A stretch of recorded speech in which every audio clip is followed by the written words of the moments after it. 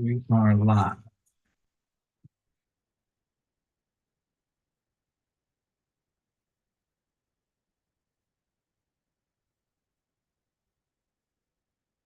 Everybody can hear me, see me okay? Yes, thumbs up if you're on video. Okay. Right.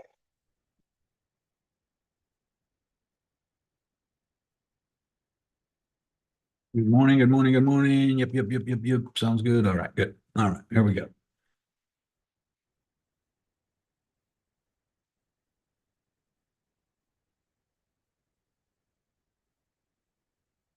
Well, as you can see, we did pop out of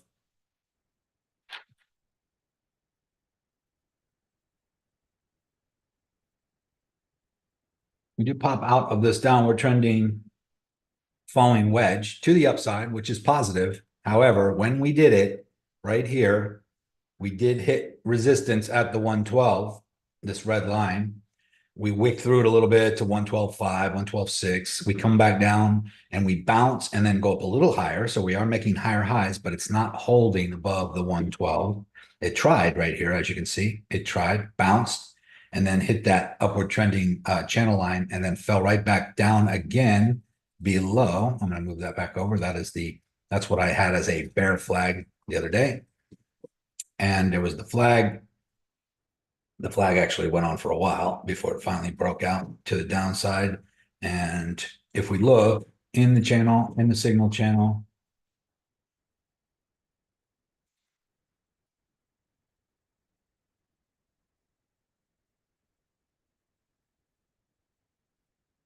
this is what it looked like back then. Bearish flag on the lower time frames heading into the weekend. That was before the weekend. Support at 109,300 if we break to the downside. This is what it looked like. We did break to the downside, but it only came down to about here. It did not make it all the way down to the 109 support. As you can see, there it was falling out. And it fell out and started to curve right about here at the 109, 110. Came back up, and here we are back up here at the 112 again. Well, this line right here is where we're at right now. Back up to 112. I altered that flag. It went from this to this. All I did was extend this line from here to here. And the bottom line as well. Could still be a bear flag, at least to that point. And this is it right here. Boom, boom. And it broke out to the upside. So obviously no longer in that flag. But if we look, what are we doing here? So also, if we go back a little further, I was saying that EMA ribbon flipped bearish. We would need to hold a daily candle above or below 113.5. Above, and it will be a bearish flip. If we get above it, it will be a bearish flip. It means we're flipping this from bearish back to not bearish. But as you can see, when we came below the bearish, EMA ribbon, it's bearish. We retest. We would have to get back above 113.5 in order to flip that bullish again. And be bearish flip. We will liquidate the shorts by shooting up. If it closes the daily below 113.5, then this can drop much further. We'll go over that on tomorrow's eat. Now, this was Thursday. We did go over it on Friday's call. And let's just go back and look at it. So here we are. We come all the way back up to 112. We hit it. Boom, boom, boom, boom. Broke through. And we wicked up to 112.8. 112.863. Finding a little resistance there. I wonder why. Let's go to the left.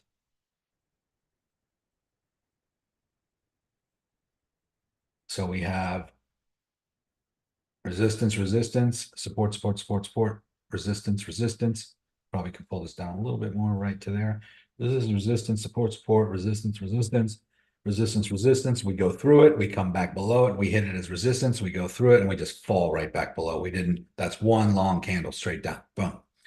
And then here we come all the way back up to retest again. If I just bring this up, boom, boom, boom, boom, higher lows, we break through, retest underneath, break right back above. Now we're back into this upward trending channel.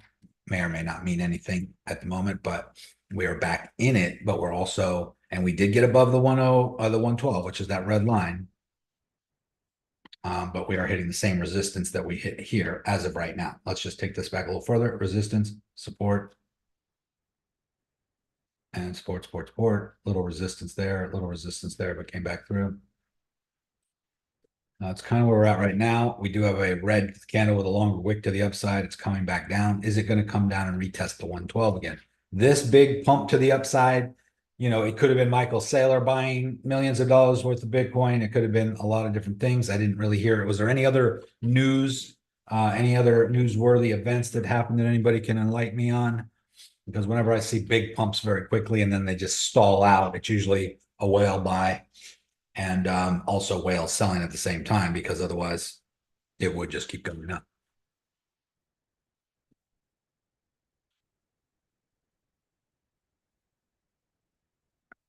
Let's just bring this down here.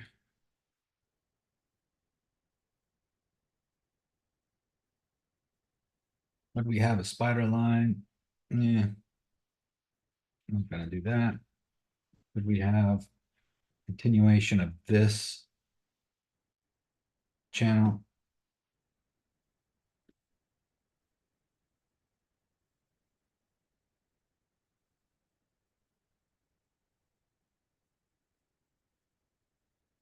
Possible. Resistance, breakout, support, break that, resistance, breakthrough, support, resistance.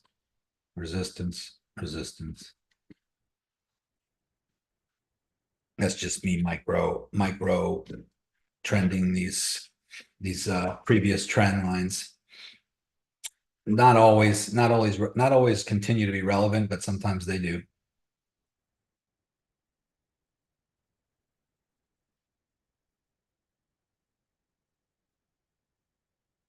On the other note, we did have WIFU, World Liberty, pump back up. I think I placed a risky trade last night before I went to bed. I didn't post it as a signal because this thing was trending down, as you can see, from up here, downward trending. And it was hitting that right there, hitting that resistance.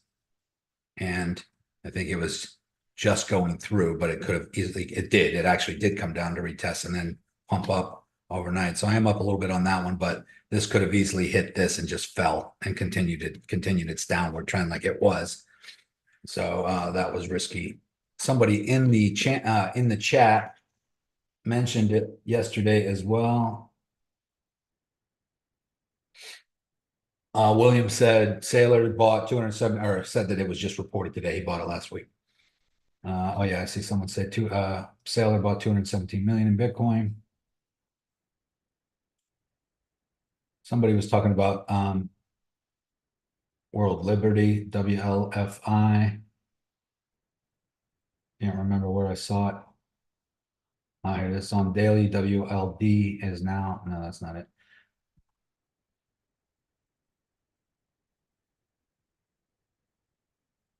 WLD, I don't know what that is. Let's go back. This is WIFU. So is this a breakout? I mean, it's possible that you did see that it did it here as well, and it came back down. So this could just be a continuation of lower highs. So it's hard to tell right now. I probably should just close this out and take the profit of $500 on this one, because this is a little iffy. Although there is potential for it, there is some potential for it. It is kind of doing some weird stuff constantly. Hasn't really grown any.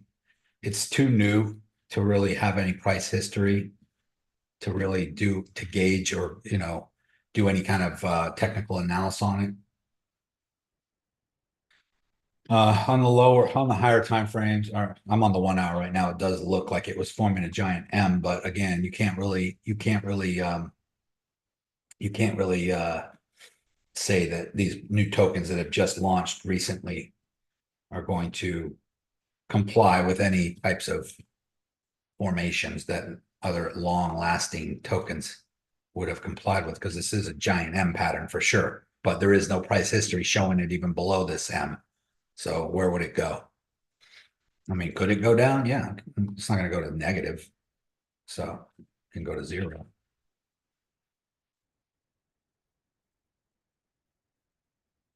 right here. Don't think that's going to happen.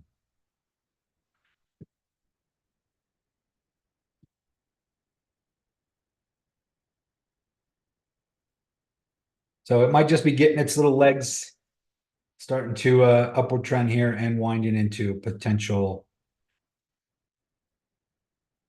Depends on how you want to draw these lines, but it could be just in a big apex right here.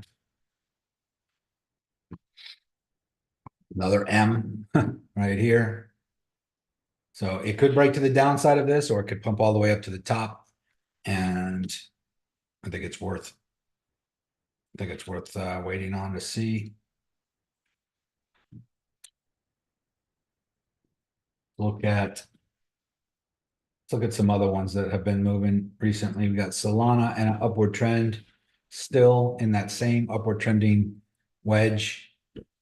And it's hitting tighter and tighter and tighter and tighter at this top.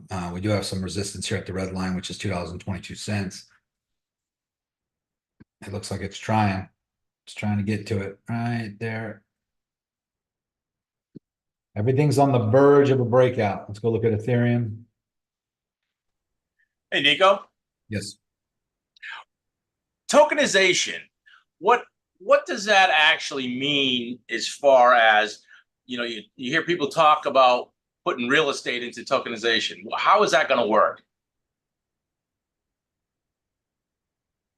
Well, I mean, I think it's already been around. It's already being done to a degree.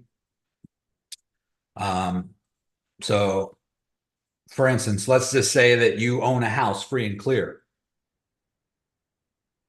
Let's say you own a mansion in Miami, $10 million on the water, free and clear, and you want to put it into an NFT. This is an example. I mean, tokenization could be multiple different ways to do it, but you tokenize, if you NFT or tokenize the house, or make it a non-fungible or a fungible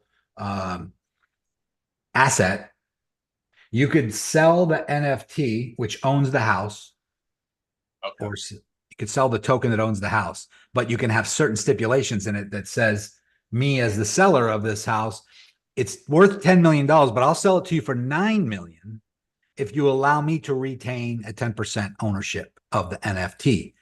Technically, you own the house. You can sell it anytime you want, but I will continue to get 10% in perpetuity. Every time this NFT is transferred to someone else, I'll get 10%, so on and so forth. Now, your buyers would have to agree to that. Would they? I don't know. I think someone has already done this. And I say Miami because I think that's where it happened. So there's not going to be like a real estate token that's going to replace the dollar, and real estate's going to be the real estate token, and value, whatever the value of that token is, not going to be the real estate value. So that's well, it would. Yeah, it would. You're basically converting the rights of that, whatever the asset is, you're tokenizing it into the physical or digital asset into a digital token or blockchain technology. You're basically converting the rights to that. So if someone bought that house or that car or whatever you tokenized, whatever the asset is, and apparently there's a legal process for tokenization to be able to do that. But in real estate, there are real estate crypto hedge funds that are raising crypto for the sole purposes of buying real estate, and everybody that owns a share or put crypto into that fund owns a piece of all the real estate and so on and so forth, but it's digitized or it's tokenized at this point. So it's going to be a crypto REIT, kind of. That's right, like a real estate investment fund, a REIT, and yeah, real estate is one of the, because real estate is one of the only real assets that you can physically touch and feel, right? You can go live in it, you can knock on the door, but with everything else, especially like gold and silver, if you're buying, well, gold you can touch and feel also, but I mean, if you're doing it on the blockchain, or if you're doing it in through an investment fund like an ETF or something like that, you're basically just sending your money to a hedge fund and they're managing it for you. But what they're doing with all that money is they're buying real estate, or they're buying other assets and they're backing it with whatever that crypto is. And like Bitcoin, for instance, is a hedge against inflation. These companies like Michael Saylor and MicroStrategies are taking all the cash on their balance sheets from the business and buying Bitcoin with it. And so they're hedging the stock against Bitcoin. So Bitcoin continues to go up, the stock goes up in value, it becomes more and more valuable. But to a degree, what Michael Saylor doing is technically a bubble. It is technically dangerous. It's working for him. Is making his company more valuable than Nvidia and every other company on the stock market right now, because he's holding Bitcoin in his balance sheets instead of dollars, instead of US dollars, because the buying power of the US dollar is going down 8 to 10% a year. Bitcoin historically has been going up 80 to 100% per year in value. So instead of keeping any cash reserves at all in the bank account, in their business account, they're converting it all to Bitcoin. And that's been working for them over the last couple of years as Bitcoin continues to climb. But if there was a big class, if Bitcoin crashed down to 80, 90%, like it has done in many bear markets before, if that were to happen, I think Bill, if Bill is on here, I think Bitcoin, if it goes to like $20,000 or $30,000 per Bitcoin, my math says it has to go down to the 20s and stay there for a little while for him to fail. he would get very crushed. That would be a big bad day. Yeah. Now, does he expect that to happen? No, he doesn't expect that to happen. And as long as he keeps buying, and as long as other people keep jumping on the bandwagon with him, these big corporations, then it's going to be self-fulfilling, prophecy that it will go up to $1 million, $10 million, and there will become a ship that's too big to sink at that point. But right now, is it possible if we had a world economic collapse or a global economic collapse, if the US dollar crashed, if Trump had problems with these tariffs, if there was just some kind of big problem, what kind of big problem could cause a crash? War, Russia, China, Iran, all joining forces, the tariffs all being blocked by Democratic judges. There's all kinds of ways they're trying to cause this problem. Instead of working with Trump and instead of trying to support America, they're literally trying to cause problems still. Judges and they're really trying to make Trump fail at our expense. They want Trump to fail so bad that they're willing to wreck the economy to do it. Just like with COVID. Even Trump, I think, was fooled with that. And I think he still is. He just met with Bill Gates the other day, and I think he's still on the vaccine bandwagon. But tokenization basically is like you're either producing a fungible token. In fact, I'll just pull it up here. Hold on a second.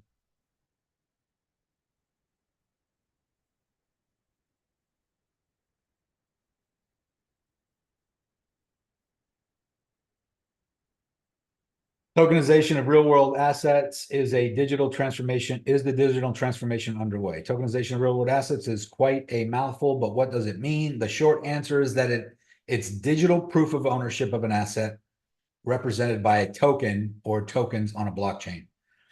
Right now, it's proof by mortgages and deeds that are filed with courthouses, paper format, and digitized and uploaded to microfiche, back the old way of doing everything. And so asset tokenization has the potential to not only replace or enhance current ownership validation methods such as deeds, titles, or copyrights, but could also allow for easier division of ownership interest. For example, tokenizing an asset like an apartment building can enable fractional ownership of the building. real world asset tokenization isn't the non-fungible token NFT craze of 2021. Even though there is plenty of excitement among investors, it's still in its infancy, but crypto and blockchain enthusiasts say tokenization has the potential to totally change how physical and digital assets are bought and sold. Yeah, I mean, so if I own a rare coin or a rare car or a rare piece of art and I want to tokenize it, I can put it up for auction at a fraction probably of what the real market value is, but remain a partner ownership of the token of the asset through tokenization. Now, buyers would have to agree to that. I mean, that would have to be an agreement amongst everybody. Someone might say, no, I'm not going to buy it if there's any other partners or ownerships. I want to own the whole thing. And we do that to this day. Like there are apartment buildings that I invest in where my partners and I decide, can we pull this off ourselves? Do we need to bring in other money? Do we need other investors? And if we can do it with just the two of us or three of us, we do it because we don't want a million partners. We don't want a bunch of cooks in the kitchen. We don't want a bunch of people to account for, to be accountable to rather, because the more people involved, the more convoluted everything becomes. And what if someone wants out and they want their money back, or someone doesn't agree with the long-term hold that we want to do, or somebody has a different opinion about how they want to work with this apartment building. You know, everybody has to be on the same page. So that's something called in the apartment world, and since we're using real world assets as an example, that is something called what is it called?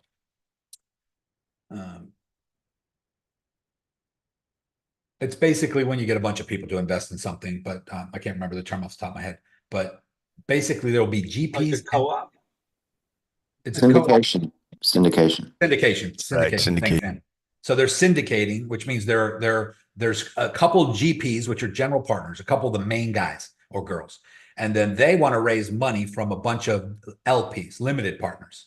These are people that just put up money, but they don't get an ownership of the building. They just get an interest. They just get a return on their investment. And it's all spelled out in the agreement that you're going to get 10% per year until we sell. And when we sell, you're going to get 10% or whatever, you know, so that's it. They know they don't have any say in it. They can't make the rules. They're just limited investors, and they're going to get a return on their investment guaranteed and backed by real estate. But the general partners, the two or three people that actually put the whole deal together, they might have ownership. And they're going to eventually, when they refinance this thing and pay off the LPs, the limited investors, they will still own the apartment building. They'll keep it long term after paying everybody off. And they will now own this thing that they couldn't have bought on their own without all those other investors. But they paid back those investors after they refinanced it. So now they own it. That's how the syndications work. My partners, I generally try to buy things without syndication where, you know, just the two or three of us can afford to get it done.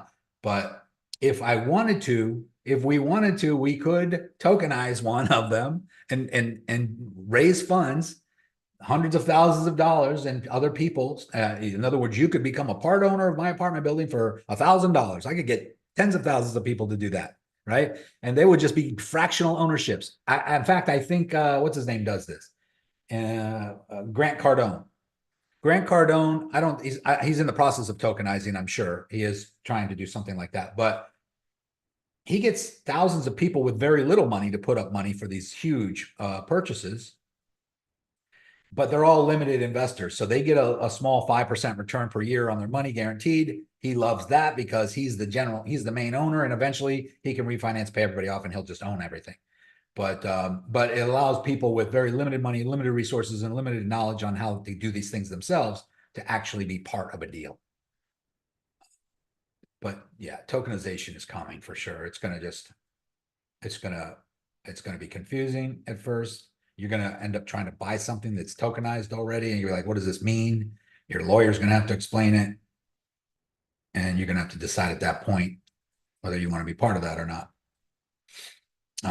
Do you think these tokens will become a thing then, Nico? Yeah, it's safer. It is. Yeah, it'll become a thing. It doesn't mean that you can't own the whole thing. It's just tokenization means that, like, if I want to sell my house to you and I have it tokenized, let's just say, I could just transfer the ownership of the token or the tokens to you, and you own the house, and that's it. Whoever the bearer is the owner. No one else has that but you. You own it. I don't have to go through the courts. I don't have to go through, and no one can come and steal it from you. No one can just go move into the house and say, this is my house. I have proof. You can go look at the paperwork at the courthouse. There is no paperwork at the courthouse because it was tokenized and I already transferred it to Joe Blow. Joe Blow owns it now. He's in possession of that blockchain asset or that tokenization, that NFT or whatever it is. So it will make things safer. It will make things easier. It's right now, it's basically the same as crypto in and of itself, moving money around. If you want to send $1 million or $100,000 or $10 million, some of you may not have that problem right now, but it is a problem. It is a real world problem that if you try to transfer 100 grand to your aunt in Israel or in Africa, let's just say that you come to America, you start a business, you're doing well, and you want to help your family in some other country, and you try to transfer 100 grand to them, there's going to be a shitload of red tape you got to go through. You got to prove where you got the money.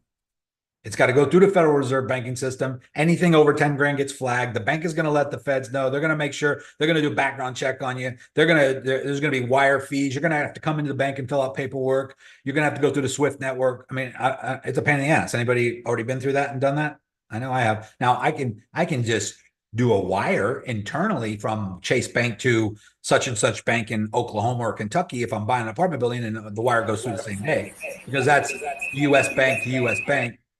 Darwin, I'm going to mute you out for now. That's US bank to US bank. I don't have any problems wiring money.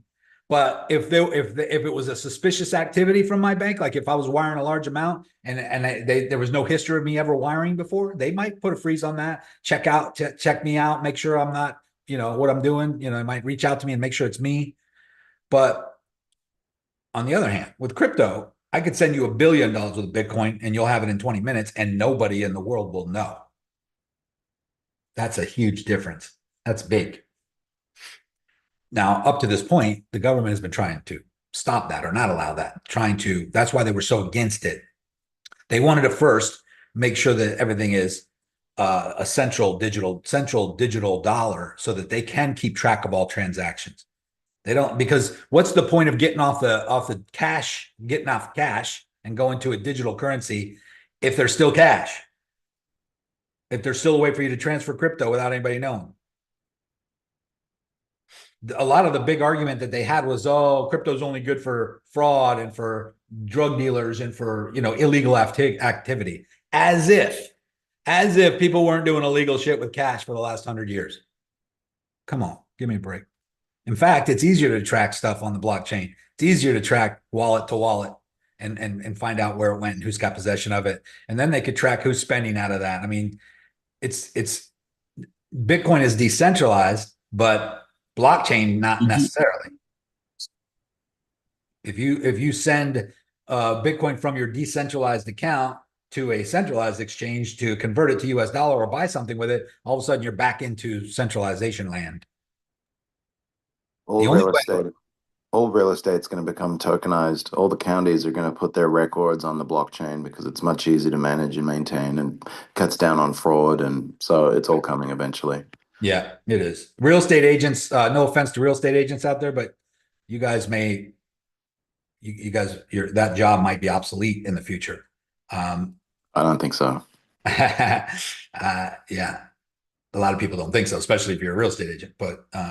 But just think about the things that can be done with any job that wouldn't require a person anymore to do it. And also, I mean, no offense, I have relatives and girlfriend and people that are real estate agents, and they do quite well.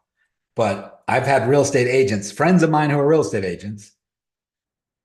Let me know when you're ready to buy a house. Well, I call the seller of a house and I could just buy this house. But my friend is a real estate agent. I feel bad for them because they've showed me 1 million houses. So I get them involved. And now all of a sudden I got to give them 100 grand just because they put their name on it. It's like, what's the point for a buyer? Now, if you're a real estate agent, I understand the point. But if you're a buyer and a seller, it's supposedly to make sure that everything's done legally and keep things fair and all that stuff. But when things get tokenized and things get transparent and things get to that point where you could just list your house for sale and I could transfer you crypto or tokens and you can sign a digital, document transferring the rights of ownership and all that stuff. Is there really anybody else required for this transaction at this point? I don't know. There's a lot more to it than what I just said, but I mean, I don't like middleman. I don't like middlemen. And so to me, that's what real estate agents are when it comes to real estate. It sucks more when I'm buying an apartment building. It sucks that I have to pay the real estate brokerage firm more than the seller's even getting on a down payment just because they were representing the seller. That drives me crazy. But then again, that was the agreement that the seller had with that broker. So it should come out of the seller's money. It does come out of the seller's money, but the seller gets less than the actual agent.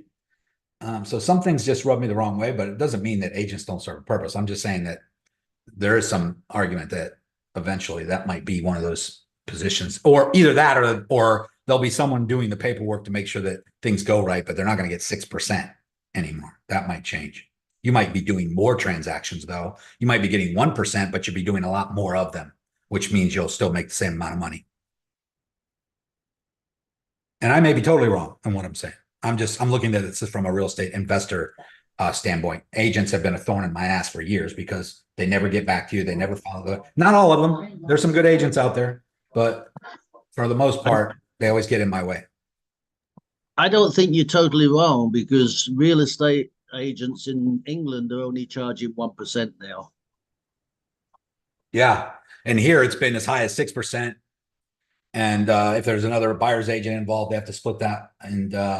And now some of them are competing. And now there's all these new brokerage firms saying, oh, only 2% flat fee or 1.5%. And so I think they're starting to become competitive because the owners of those brokerages, they're going based on volume. They don't care anymore. They're starting to realize that, they can't compete at 6% or 5% or 4% anymore. And it does start to get absurd.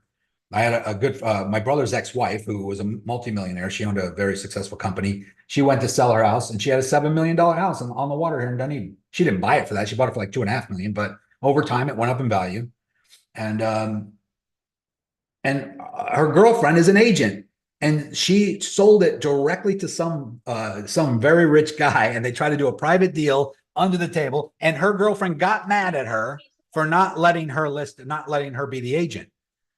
And she's like, well, if we're friends, but if we're not friends anymore because I didn't just give you $400,000 in commission for no reason, then we're not friends. Sorry, but it starts to get absurd after a while. She would have got 400 grand on that closing for nothing. Well, I've got a house in the UK on sale at the moment. And the agents, one of them came in at 2%, then I got one at 1%, and then I got two others agreed to match it. So they've all agreed for 1%, and that's like $1 million house. So yeah, it's happening.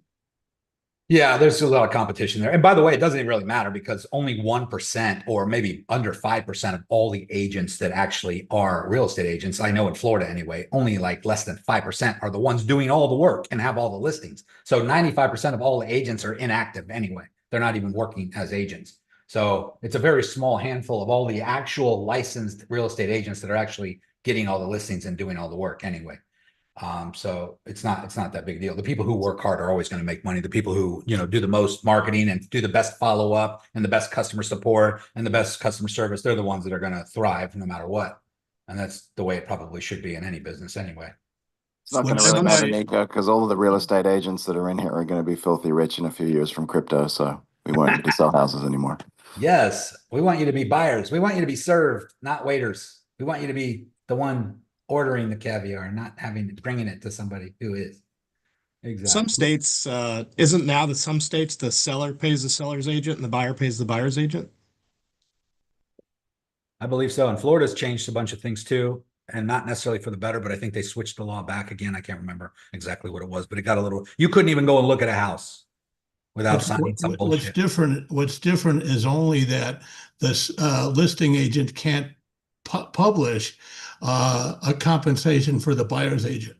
He can still pay the buyer's agent, but he can't publish a specific figure for all buyer's agents. Every deal is negotiable. Yeah. And it always was. Where are you at? What state are you in? I'm in Colorado. Oh, you're in Colorado. Okay. One more thing, when I buy a property now, I get a deed, and that's established in law. In the state law says I have to get a deed, and that makes me the owner. The fact that an NFT changed hands is not necessarily something that's going to be respected by courts right off the bat. That's a longer process. Yeah, it probably will be a longer process, and you're right. I think the problem with just the old deed is that there have been criminals, very smart ones, who can forge and falsify deeds and claim ownership of a property and go just move right in, take over a property. And then the original owner, the real owner, the person who owns it, comes home from vacation and someone else is in their house. Like, hey, what are you doing here? It was like, I own this house. And then the person who thinks they own it says, oh, the hell you do. They call the cops come, the other guy shows them all this paperwork and says, sorry, but he's got the deed and everything. And so you're going to have to take this up in court. And then the real owner now has to spend years trying to fight to get the property back that they actually really own because some criminal just snatched it out from under them somehow. And so I think that there's got to be some way to prevent that from happening. And I don't know if old paperwork and the way it used to be done, because I guess you could just falsify some documents, go into a courthouse and file a deed or some type of lien on a property and take control of it or ownership, or at least put a lien on it, a mechanic's lien or something like that. And all of a sudden you tie that thing up in court for a while. It's crazy. The whole title locks thing, what a scam. I mean, you're not the one that got scammed. The bank or the title company got scammed. Why are you the one stuck holding the bag? Right. Yeah, there's all kinds of crazy scams happening in real estate. Be careful out there, guys.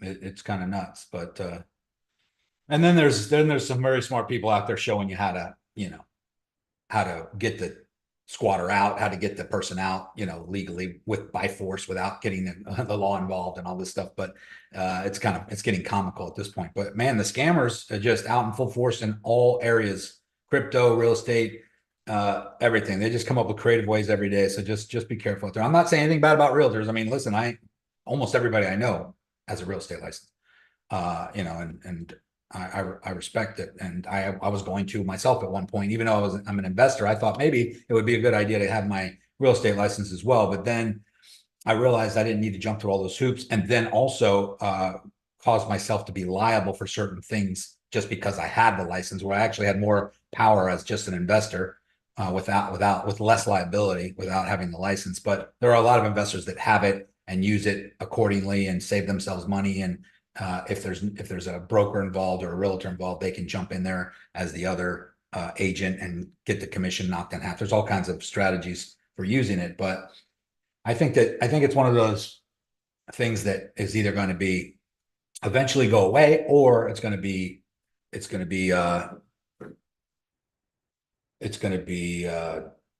figured out to be, more of transaction volume rather than getting these huge commissions on just listing a property.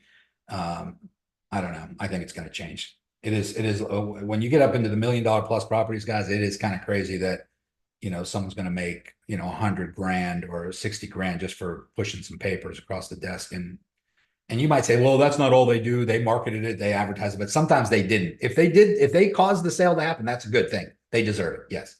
But a lot of times they don't. A lot of times they're not, at least from my opinion, they're not, they didn't have anything to do with it. They just had to have a contract with the seller. So I contact the seller myself, I find the property myself, and then a realtor's there to get a commission, and they didn't even bring the buyer. That shit pisses me off sometimes, but anyway. It's all negotiable. And when you overpay a listing agent, that's your own failure to negotiate. I agree. And find the right guy. That's true. And that's definitely one thing we're good at, is negotiating them down. And we've done that several times. But anyway, guys, let's get back to crypto. Here's XRP. And what is XRP doing? XRP falling wedge, breaking out to the upside. We're up to $2.96, almost at $3 again. That's a nice little break to the upside.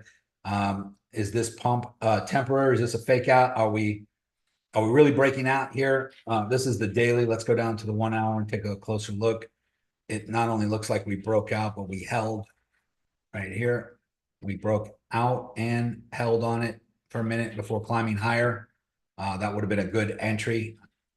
Obviously, I am not in XRP long right now, but I did buy a lot more XRP on this dip once we got down to 260, 270. And I was actually ready to buy more if it dropped even lower down to 240.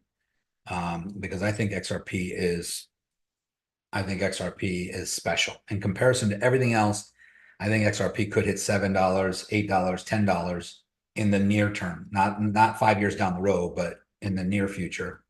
And then possibly even if all the planets align for XRP and they actually accomplish the things that the founders of Ripple and all these people are working on all this time, if they just can control up to 15% of the entire global SWIFT network, which it seems to me like they might be responsible for more than that, but if they can just get 14, 15% of it, XRP could be in the triple digits, $100 plus to quadruple digit to $1,000 per XRP, and maybe even more.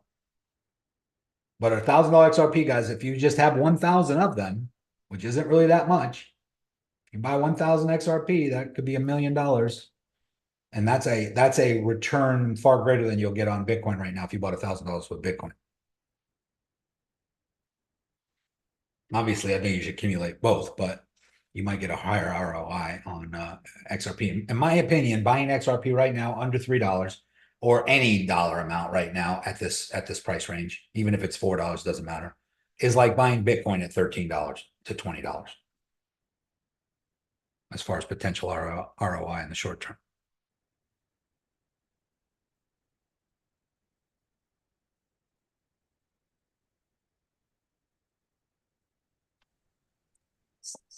It's like Let's say XRP does make over 20 million people richer. Wouldn't that affect the economy, people not working? No. 20 million people? Well, yeah, 20 million maybe. Do you figure that that's how many holders there are? Well, 5%. Yeah, but 5%, but maybe 20 people own 95% of the 5%. But you just said 1,000. I have over 1,000 on XRP, but Yeah. $1 million to the global I mean, you're talking about a very small amount of the population of the planet. I mean, if you're just talking about the US, that's different, but I don't know. We're talking about quadrillions of dollars being moved every day around the world. Quadrillions. yeah, it wouldn't shock the economy, like people not going to work, like you were saying. No, in fact, that's good for the economy. The more money you have, the better for you, but better for the economy. People with money spend more money, buy more things. People being broke affects the economy. Poverty affects the economy in a negative way. But let's just say that a few people out of the thousands of XRP holders have enough XRP to make them multi-millionaires, 10 million, 20 million, 30 million, 100 million. That's just their fortune for front running the government and the financial system. Rarely, or if ever, has that ever happened in the world where the average person has an opportunity to front run, the financial network, the financial setups. They usually do these things behind closed doors. No one's involved except for the handful of people involved. And then they release it to the world. But there just so happens to be people holding XRP for 10 years, 12 years, who might have tens of thousands of them. And so the powers that be say, well, listen, we can't help that. We can't stop that. They a few people are just going to get rich, I guess. Oh, well. But if you take, I think it's like, if you have 20,000 XRP or more, you're in the top 1% of XRP holders. So not many people have more than that. But there are some people with a lot more than that, but not many people globally. Yeah, it's like 2,500 wallets. Yeah, it's a small amount of wallets of people that have more than that. And then, so yeah, there might be tens of thousands of people that have some XRP, like 20. Oh my God, I've seen people in arguments on on posts on like crypto networks talking about how, I got my bag. I got 40 XRP. I'm like, that's your bag? 40 XRP? Okay. Good luck.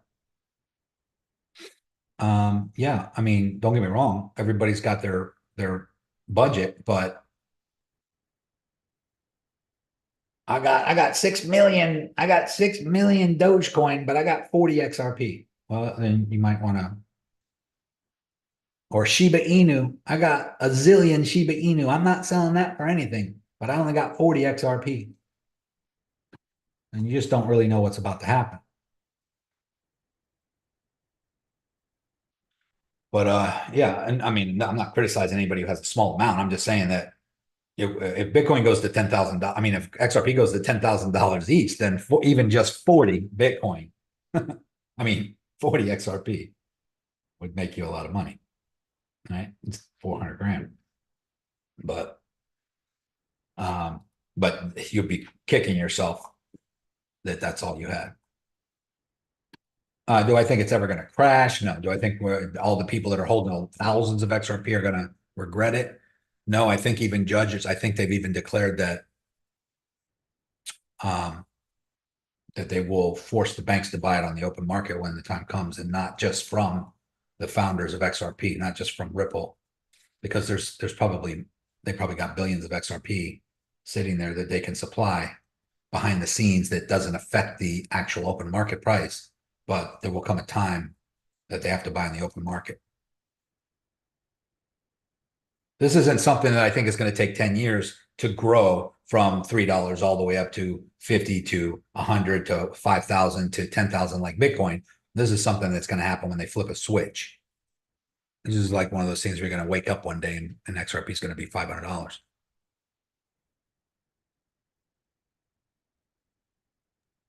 Is it the way Bitcoin was, or What's that? I don't know.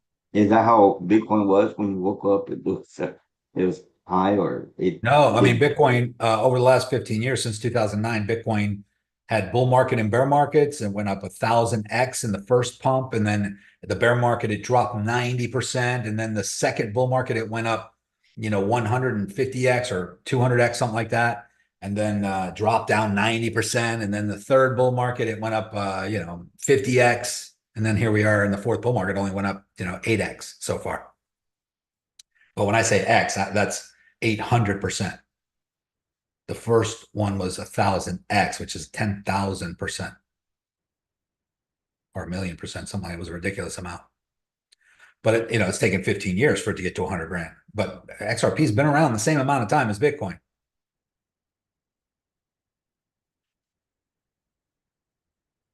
Probably even created by the same people.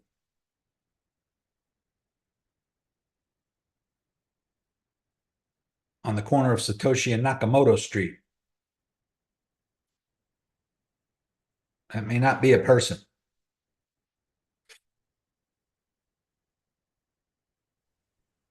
Hey, Nico, Yes. if you weren't in XRP right now, where would be the next logical place to get in along at? I mean, it is pumping a little bit here, obviously, but you don't really, what you want to do is you want to come up here and see where is it hitting right now? Why is it stopping right here? There is a little bit of, if we look right here, we do have a resistance, support, resistance, support. So we have a little bit of a range. In fact, I'm gonna do this as a range. Right here. So we have resistance, resistance, support, support, support, support, support and resistance, support and resistance, support, resistance, support, support, support and resistance, resistance, support, support, support, support, support, resistance. Let's just bring this all the way over. And this is where we're at. We're in that zone. We're hitting it right now. We came into it in the middle of it, having some resistance. Red line right now, dropping. Is it just going to retest this as support? Maybe. That might be a good entry if it bounces here and starts to climb, or wait for it to get out of this little zone right here to the upside, which would be above $3. Above $3 and holding right here. That would be a good entry. Below $2.96 and holding as resistance. That would be possible short back down. We had, obviously we had another, I'm going to do that, another little zone down here.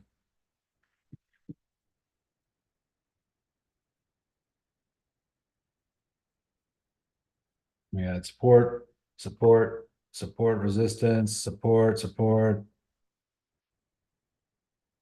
resistance, resistance, resistance, resistance, breakthrough, support, breakthrough.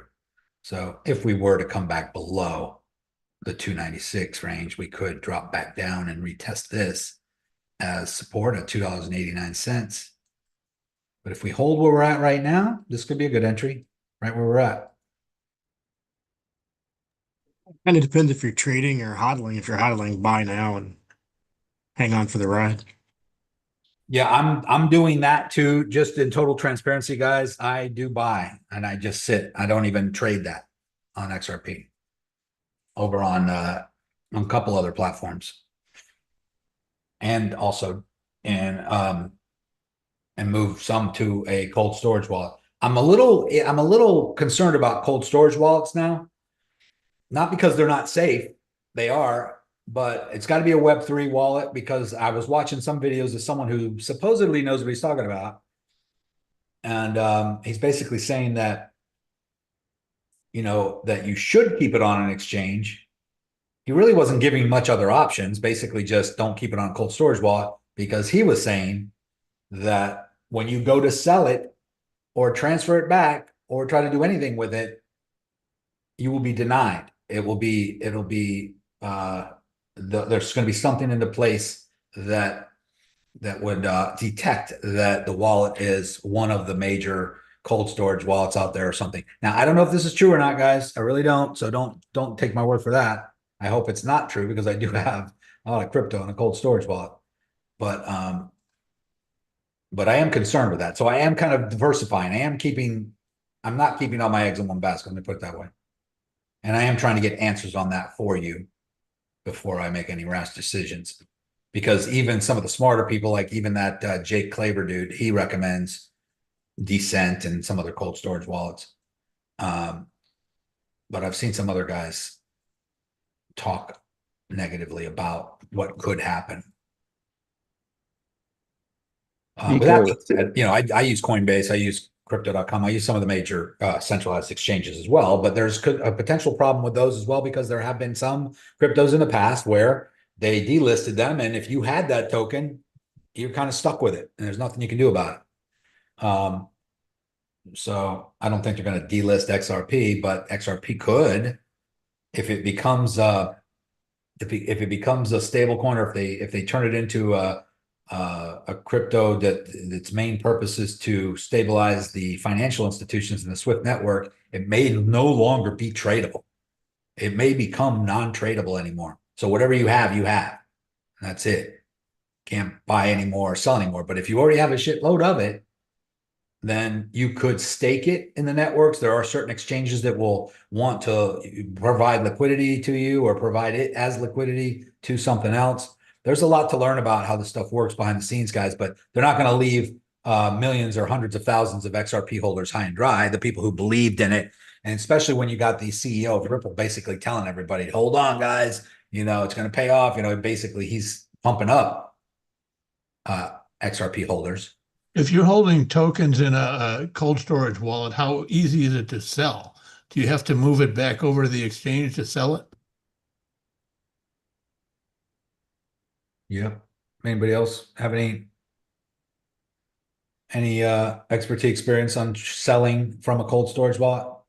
I would personally just transfer it back to an exchange where I could sell it and convert it back to US dollars. But, or another way to sell it is you transfer it to a friend who wants it or somebody you know who personally wants to buy a certain amount of XRP.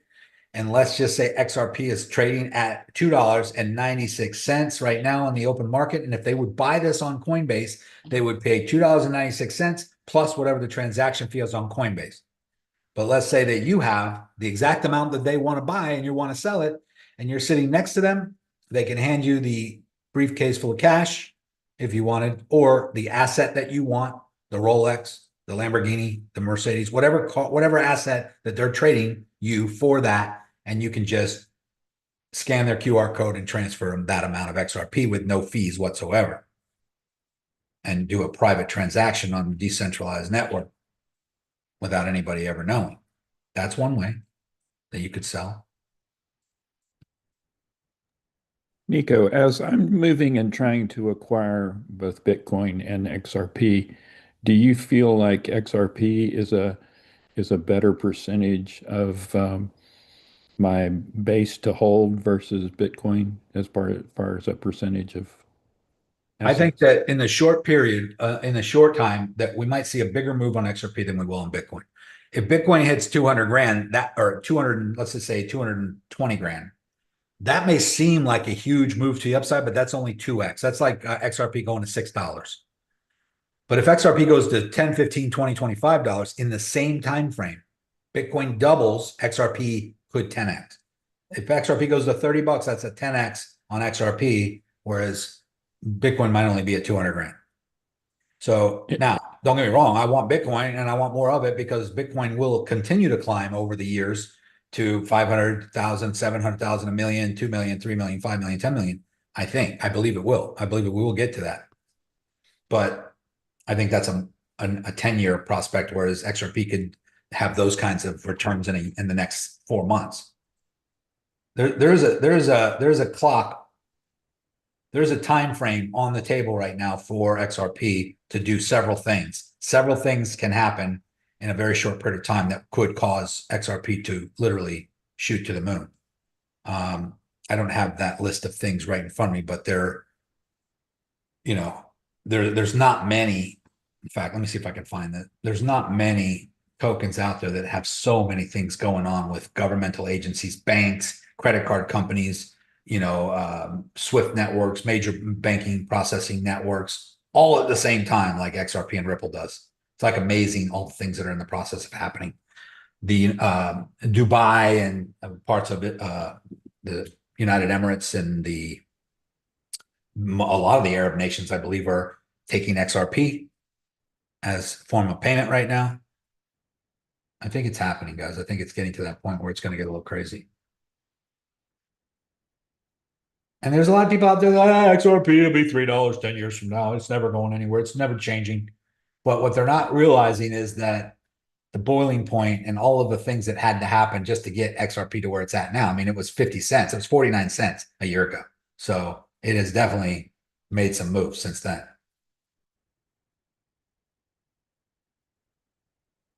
Trying to find something that I want to show you guys.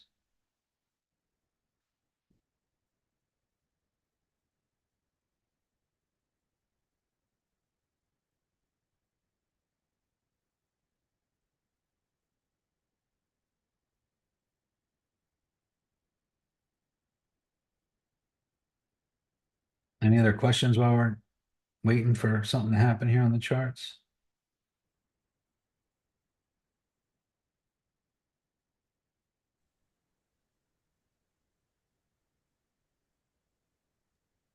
Can you post that? You mentioned that you posted that, or you showed that link from Britannica about the tokenization of real estate. Can you post that link?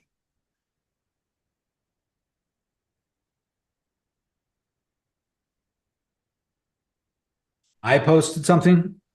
Yeah, from Britannica.com, I think it was. It was in regard to the tokenization of real estate. You did. Yeah. Where did I share it? Where did I share it at? Right here on this call. You showed it. You didn't post it. You didn't share it. Oh. You didn't That's post right. it Yeah, in you the were Zoom chat. Oh. Yeah, I'm sorry, guys. you were reading that article about it. I got you. Okay. Had me confused for a second. Let me go back and look.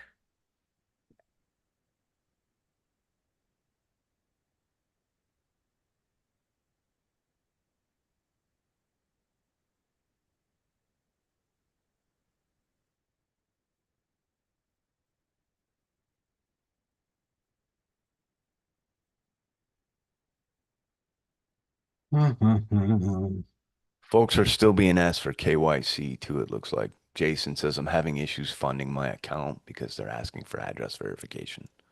Yeah, so I know some of you have sent me your UIDs. And those of you who have, I've already sent it over to our rep over there, but definitely send them to either me or Bill and whatever, and explain what your problem is as well.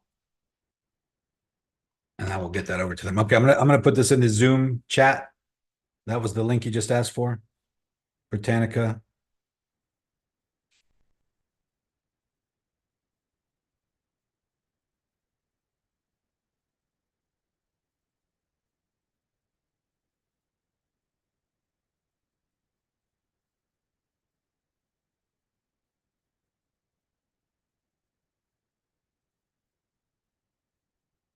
Let me get back here.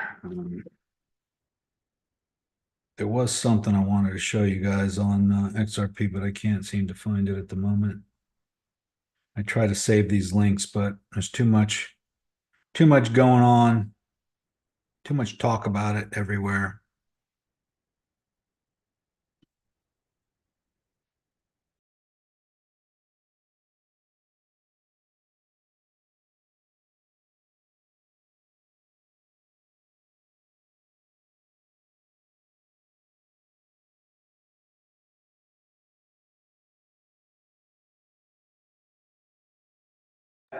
This guy here has a lot of information, I mean, about XRP. He's definitely in the know when it comes to XRP. He's definitely connected with a lot of information on the inside.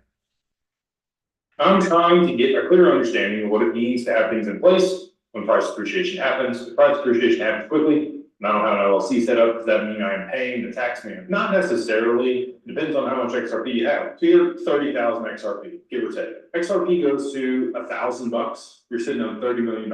In the US, your gift tax threshold is 13.99 million per person. Okay, so between you and your spouse, you get about $28 million that you gift out of your taxable estate with no lifetime, with no gift tax. Anything above that amount is going to be taxed at 40% if you want to gift it out of your taxable estate into a trust. You could wait and set up the LLC after, but you're not going to have a bank account. You're not going to be able to get it in institutional custody. We're going to be overwhelmed. And we're going to take care of people that prioritize things and make sure that their stuff's in place. And that's not to be mean. That is just to provide value and make sure that people that have been proactive are taken care of. So you're not going to be stuck out, or like, it's not going to be a huge problem, even if it went to $1,000.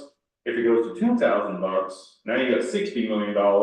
Now, if you want to allocate it to an LLC, that's a lot of money to move into a corporation. If you want to move it into a trust, you're gonna have to pay gift taxes because you're not gonna be able to get all of it in there. If you want to set up an insurance policy, you're not gonna get to write anything off. If you want to take profits, if you sell any, you're not gonna be able to mitigate taxes until you move it into an LLC or a trust or do something else, structure it inside of an entity. You're just on your back foot, I guess is how I would put it. So basically what he's saying is those are all good problems to have, guys, but at the same time, there are ways to get ahead of that kind of stuff by setting these structures up first. But if you didn't, and you just all of a sudden wake up rich because you had a lot of XRP, it's still a good problem to have. I wouldn't worry too much. Okay, so you get pay a little extra in fees here and there. You got other taxes you got to pay here and there. Not a big deal. well, it's not like you're at a significant disadvantage or that you couldn't do those things post price appreciation. If your bank account isn't seasoned in and you move large amounts of money to it, it's likely going to get frozen, especially if it's your personal bank account. You've never had more than 10, 20, 30, $50,000 in there and you move $1 million in it from a crypto exchange, they're locking it down. The bank is going to to lock you down. If it's a business account, you've already been doing business with them for 3 to 6 months, and you've already moved some larger sums in and out of that account, not gonna bat an eye, it's fine, move $1 million into it. You let them know, I'm setting up a business, I'm gonna have a large liquidity event from some of my alternative investments. I plan on moving 7 figures in here in the next 4 or 5 months. Let them know that. They will set you up. They will be happy to have you, happy like the water. They're not gonna lock your account down. But if you're being reactive and you're not in a position to move methodically because you want to rush through things, or you feel rushed to be able to take profits and like make sure that you don't lose things, or when this happens, and you gotta rush through things to get it done then, we have solutions for all those things. I've already thought through all the contingencies for all that stuff, and we're able to work with people in those areas. All right, so I'm not gonna keep playing this, but this guy is Jake Claver. You can go to his socials, find him, watch his videos. I'm not endorsing him or recommending him, but I have followed some of the stuff he said. It does make a lot of sense. I've seen him on some major podcasts. He has something called the Digital Ascension Group, where they help people set up structures. And generally speaking, people who have a lot of crypto. So if you don't have too much, it's not a big thing for you to worry about right now. If you're not in a big, move situation where tens of thousands or whatever, if you just got $500 worth, and don't stress yourself out over that stuff. But if you got 10,000 XRP or more, and I had a friend, a few months back, 6 months ago, and he had money, but he never really had much. He bought some Bitcoin. How much Bitcoin should I buy? This was like 2 years ago. I told him, buy a Bitcoin, buy 2. He goes, I'll just buy 1 for now. So he just bought 1 in his Coinbase account. He's busy doing his business, not paying attention. It doubled, tripled since then. I told him, buy XRP. How much? He goes, here, I'm on my app right now. And he shows me his phone. We're at a restaurant. And I go, you got money in the account? Do you want me just to buy how much I think you should buy? And he says, yeah, go ahead. So I just put 10,000 XRP and I clicked the buy button. I believe it was like 75 cents at the time. I don't even remember, 75 cents. So he bought $7,500 worth. And now he's up and he's like, man, you should have bought more. I'm like, I don't like to spend other people's money, but I did tell you, 10,000 is a nice start. If it goes to $1,000 and you got 10,000 of them, that's $10 million. It's not bad for $1,000 or for a $10,000 investment or less. Is there a guarantee that it's going to do that? No, guys, I'm not guaranteeing anything. I just read the writings on the wall. I just think that right now buying XRP at the current price is like buying Bitcoin at $15.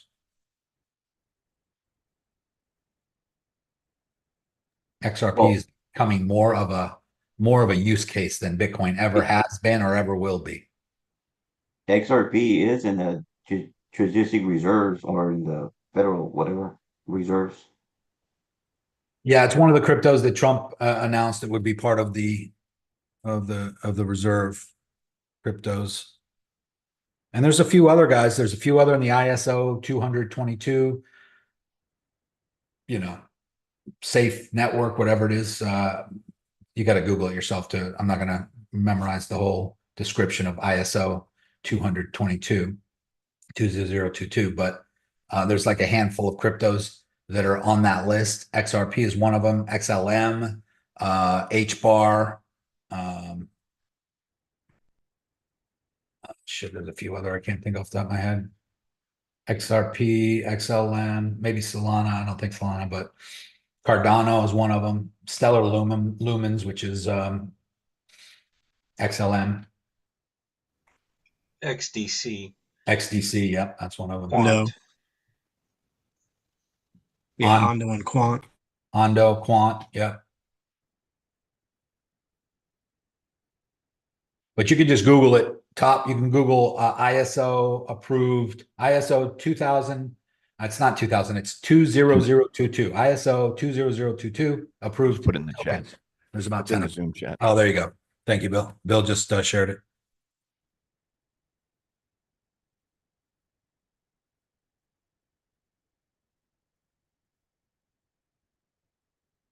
Might as well have a little bit of all of them. Nothing wrong with all of them. But hey, if you're trying to decide, if you only got like $1,000 or $5,000 and trying to figure out which ones to buy, I would just go with XRP and don't worry about the rest. If you get the kind of return, if they all go up in value, that's great. But XRP might be the leader of the pack at this point. Yeah, XRP, Mark, number one. My main concern. I do have all of those tokens, but nowhere near in the quantity amount that I have XRP.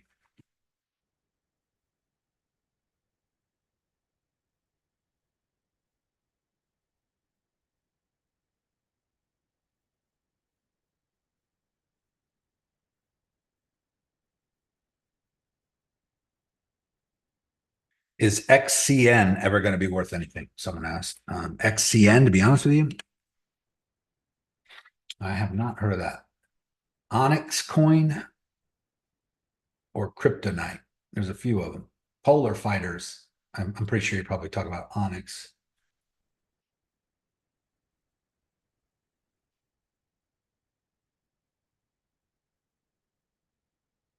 Onyx was 18 cents back in 2022 during the top of the bull market.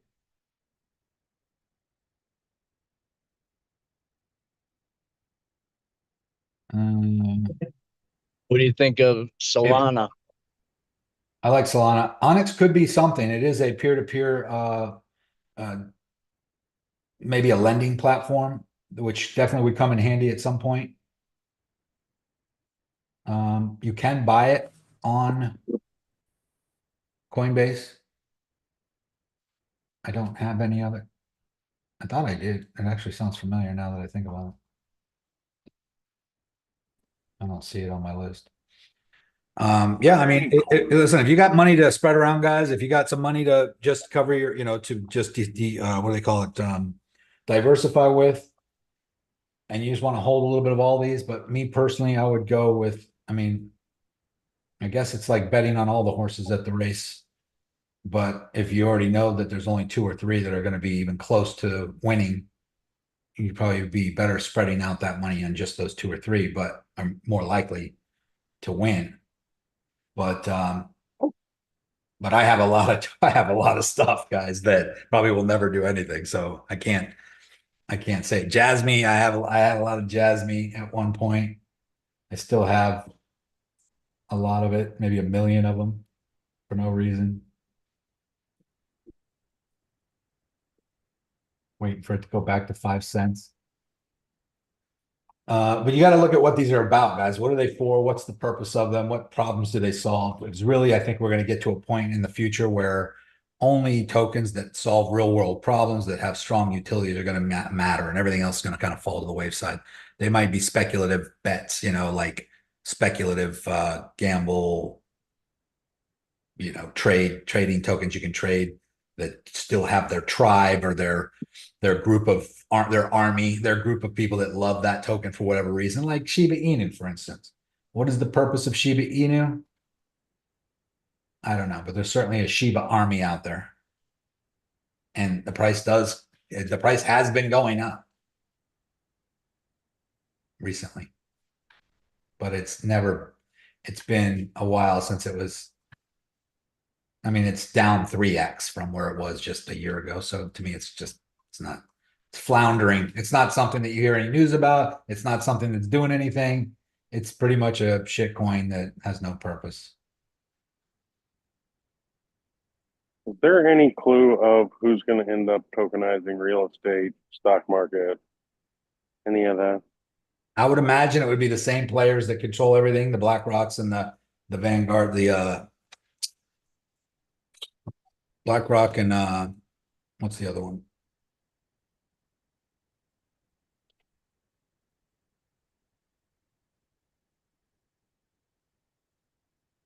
Vanguard? Not Vanguard, it was something else. Grayscale. Grayscale.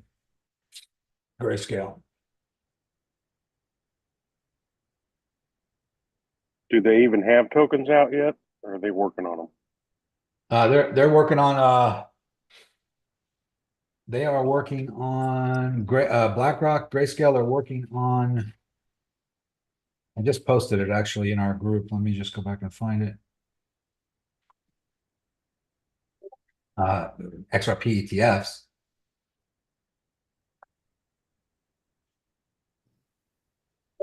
Here's the XRP ETF tracker.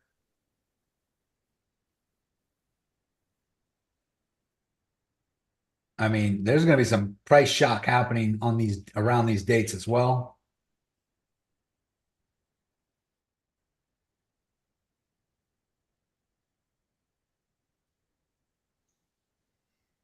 That would qualify as news. Yes. You don't know when they're going to go live. No. Those are decision dates. Decisions tend to move markets a little bit, obviously, if it's positive.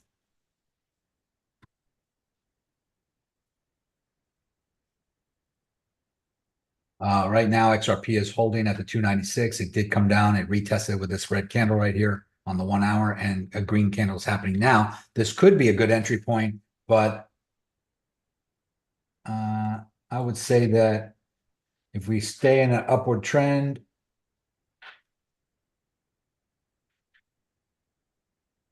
I also have one here.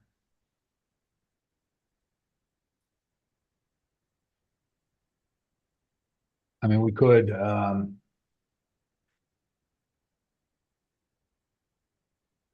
hit this again. I mean, if it falls below that and hits it, it just could bounce. It could just come down up here and then continue up with a higher high. I mean, we're due. I mean, we've been kind of slumping for a little while here, guys. We came down quite a bit.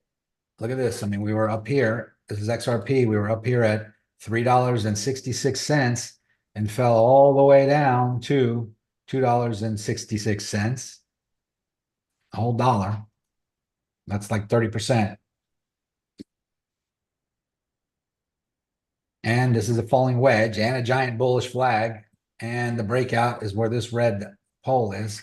That where I'm thinking it could bring us up to in the $4.30 range. It's not obviously going to just pump straight through all this. There's some resistance it's got to get through, but I think we might be on the verge of breaking out here, guys. We technically did break out here and hold the support and climb and make a higher high. So yeah, I mean, fuck, screw it. I'll go. I'm gonna go long right now on XRP. There we go. Just entered, small amount. $780 at 14x leverage, 10,000 contracts. I'm gonna put a stop loss down here for the time being at, whoops, wrong one. $2.90 down in this zone. And of course, if we start to climb up, I will move the stop loss right up underneath to about 295 for the time being.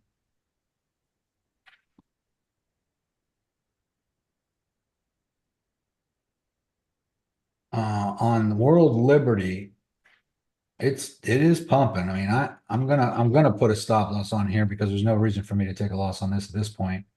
Let me just add one. Move it into profit to about 84 cents for the time being.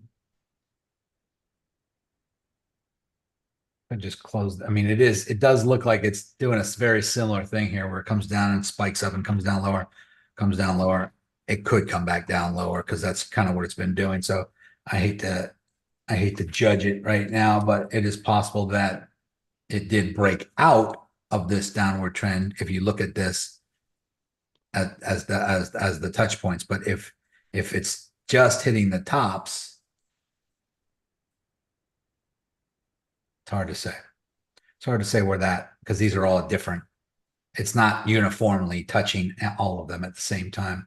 If I go to this one and bring it to just the top of that one, boom, then we're hitting it right now. So that might not be a good entry unless it breaks out. If I create a zone here, which is probably more likely, it's a price range. I would say not even a price range. Let me go to parallel channel, and I'll just go right here, and I'll drop that down to also these here. Boom, boom, boom, boom. Maybe even a little further to that breakout.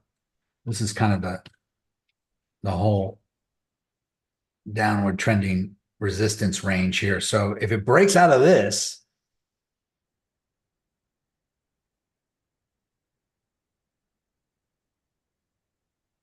then this thing could be ready to pump up. And keep in mind also, it is bouncing off this bottom support, which goes back. Let's go back a little ways. Wait, support, resistance, support, support, support, support, support, support, support, support, and breakout. And every time it's hit this before, it went up pretty high. Hit it, went up high. Downward trend, hit it, maybe go up high. So we could be ready for next run up here into the $1.20 range on WLFU. That's a WIF.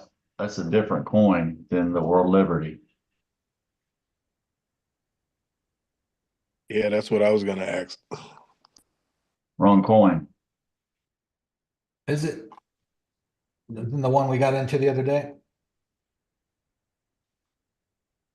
Nope. Isn't that WIF? WIF? That you're Here's looking at World now? Liberty. You're right. Here's World Liberty. I did that while I was half asleep last night, going to bed. And it still worked. Let's see here.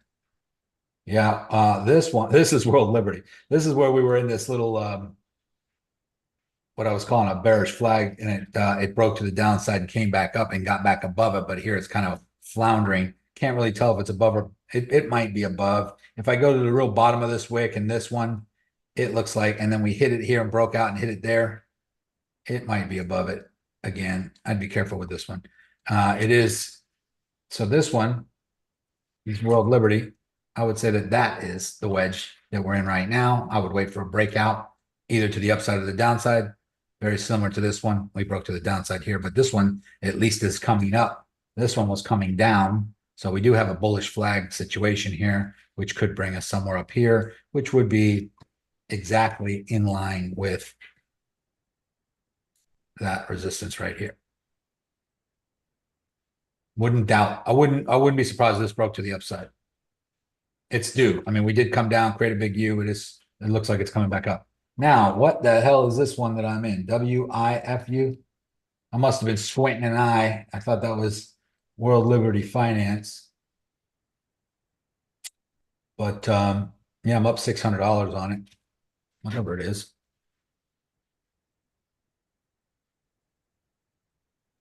WIF. WIF. WIF, yeah.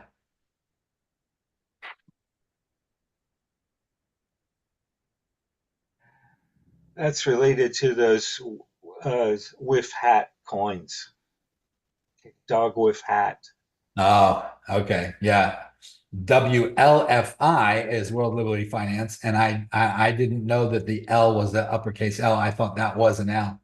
World Liberty Finance. I wasn't even paying attention. That's funny. So yeah.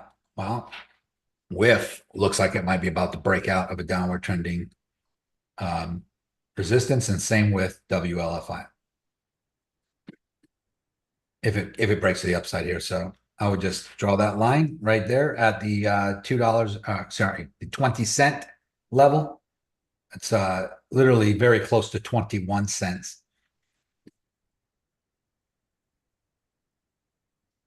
There is potential there. Let's go back to Bitcoin. Bitcoin's at 112,400. It's got to hold above the 112.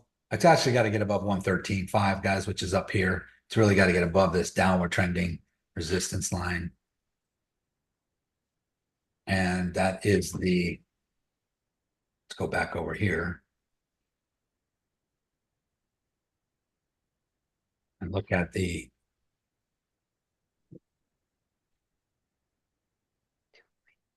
EMA ribbon, which we flipped bearish here, and we've been underneath it, and we've come up to retest it, and we just come up to retest it again here. So it would literally need to get above the top ribbon here, which is 113. I would say 113.5. Need to get above that and hold as support. We got below it here, and we wicked all the way up above it here, but we did not hold. Here we wicked up to it, came down lower. Here we wicked up all the way through it, just like this one, and then dropped all the way back down. And now we're doing it again here. But, and you know, when we get under that, it's kind of bearish because it's hard to get back above it. But we got two things. We got the 112 resistance and the EMA ribbon being bearish. So let's see what else we got.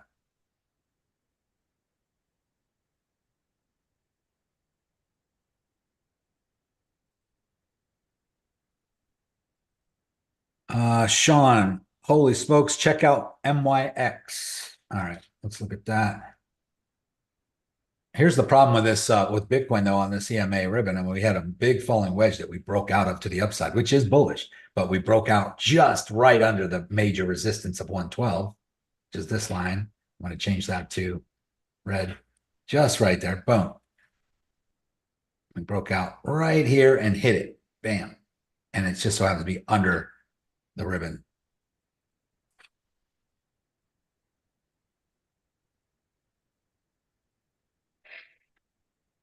Hi, baby. Yes, but. Are you okay, Joe? Love, Mommy Joe. MYX. Damn. What's going on over here? I mean, we did what we were charting this a while ago. Man, that was not that long ago, actually. That was just beginning of August. XENY is the same, similar. Which one? Like 120 something percent gain over the last like couple of days, over 100%. Yeah, that's a monster pump right there. I mean, yeah, I mean, yeah, most people would be jumping in right now going long when they see this, but this could be a good shorting opportunity, but you never know. I don't know what's going on with it. So I would have to do a little research first before I would give a signal and see why MYX is pumping. What was the other one? XNY. It just dropped. It went up like 100 some percent and it just dropped like 20 something percent, like 25 to 21%. Oh wow, 25%. Yeah. But it pumped like 100%, over 100% over the last couple of days. Yep. Look at this. Nice big U. Coming right back up to resistance over here on this side.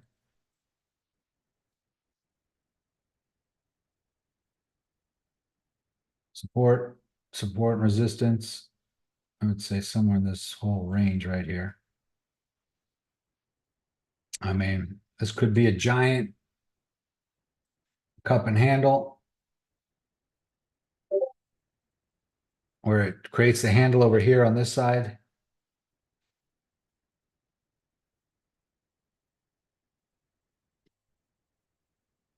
Take the depth of the cup, put that up here on the breakout, and the handle would bring us right up into this range, which was the previous high levels up here. If this thing consolidates here, let's see that long wick to the downside. It looks like it's pulling up. This could be something that you want to keep an eye on. I wouldn't know about going long right now, but it could do this where it comes up and then goes up and down, consolidates for a minute, creating a bull flag here.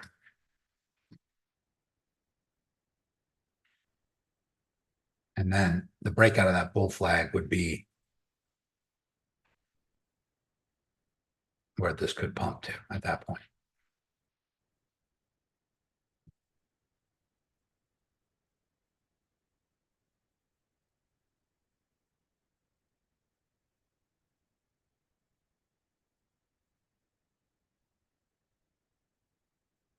Yeah, I mean, it could also just come right back down to where it was. So be careful with these guys.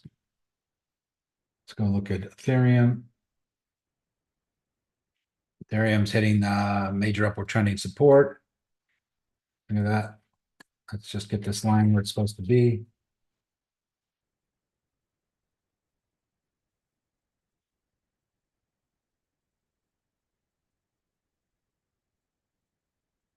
And curving around, hugging it. That's positive.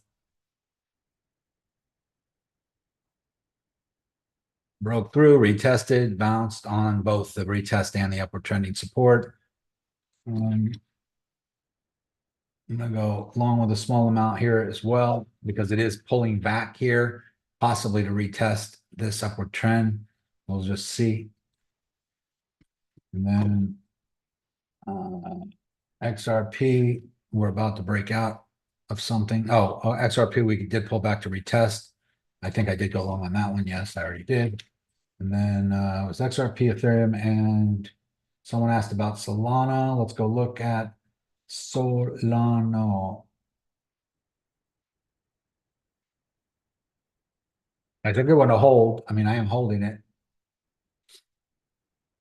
And I guess it's good to trade too. It's doing the same. So let's look at it here. We got upward trending support going back quite a ways. Let's get rid of all this other stuff. It's been a while since I looked at Solana, apparently.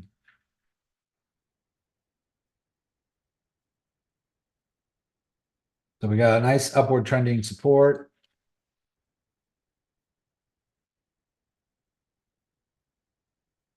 Is that a rising wedge? Let's see what's going on.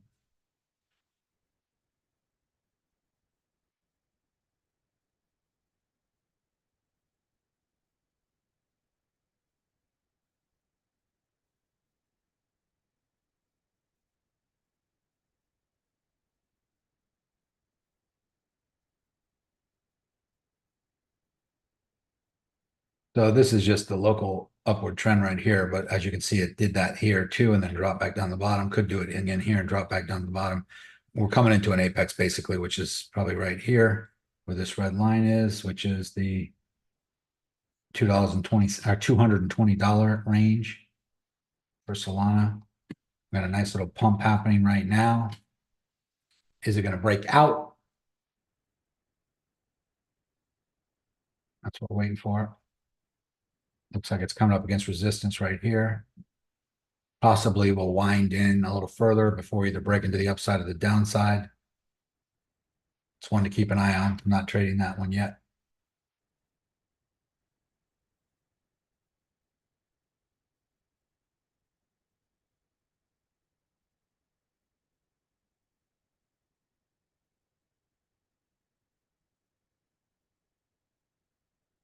Let's just see what's going on with Bitcoin. Is this?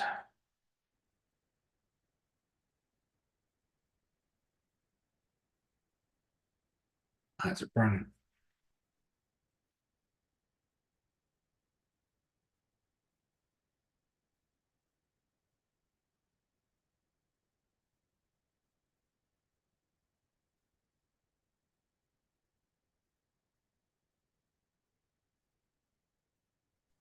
Where would you put a stop loss for Ethereum? Where? Or why? Where? Probably not far away. I would do it right under this upward trending support. Let's see, probably right at 42.33, somewhere 42.25. Because it could wick below like this line, and then pop right back up. Right now, it seems to hold. It's holding with higher lows, higher lows, higher lows, and then went up higher to create a higher high. So I think that it could be ready to do that. But if it were to come down and wick down below this line, I would say that the most that you would want to be protected from is where these wicks are here. All of these. So that would be underneath these. Here's one right here. So just to be on the safe side, maybe right here, 42. I said 42.25, maybe underneath this wick here for the time being, like 42.08. Which I will do. So how long is that good for? That signal. Well, I would put a TP up here. I would front run this line up here, which is the previous high, which would be 47.777. So on Ethereum, I will put 47.77. That's 144% gain. I have a TP up here, stop loss here. If this starts to run into profit, you don't need to wait for my permission. As soon as this is up, as soon as you're up 10, 15, 20%, I would move your stop loss to break even or into profit a little bit. Not too close to the current price, but just right inside the break even line. Then you're in a no risk trade. It's either going to come back down and take you out with no loss to your capital, or it's going to go up and put you in. And now if it gets up 3/4 of the way, a half of the way, 3/4 of the way up here before your TP, move your stop loss up even higher. Move it up to, halfway. Or just close the trade out up here in profit. Or don't close the trade out in profit. Just keep moving your stop loss up. Move the TP out of the way up to here if it gets close to it. And as long as you're watching and you're there to pay attention, if it gets close to your TP, move the TP up to this next level because it's possible that this just goes through. Goes up, and right before it hits your TP, you move your TP out of the way because it's possible that this goes like this and goes through that and holds a support. And now it's going to come up here and hit your TP here. But you don't really care about it hitting your TP as long as you're continuing to move your stop loss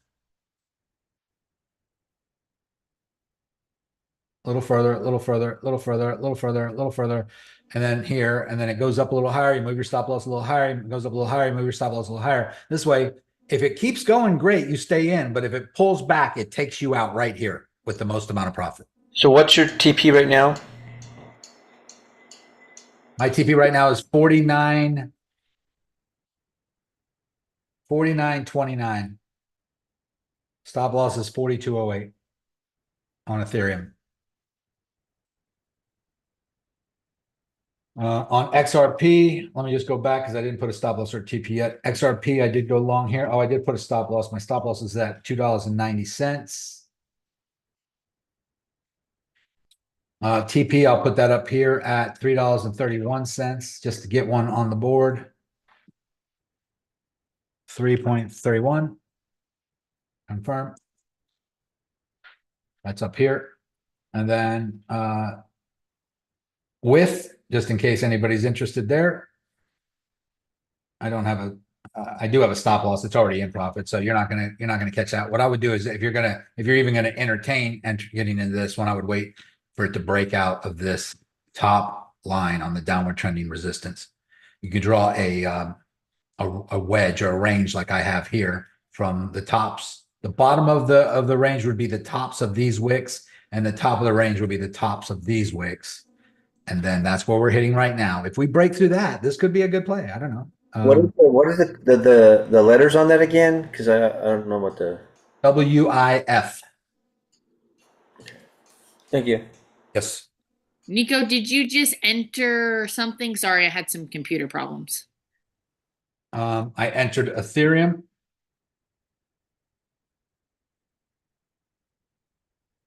At 43.31 with a TP at 49.29 and a stop loss at I'll take a screenshot of this and put it in the group.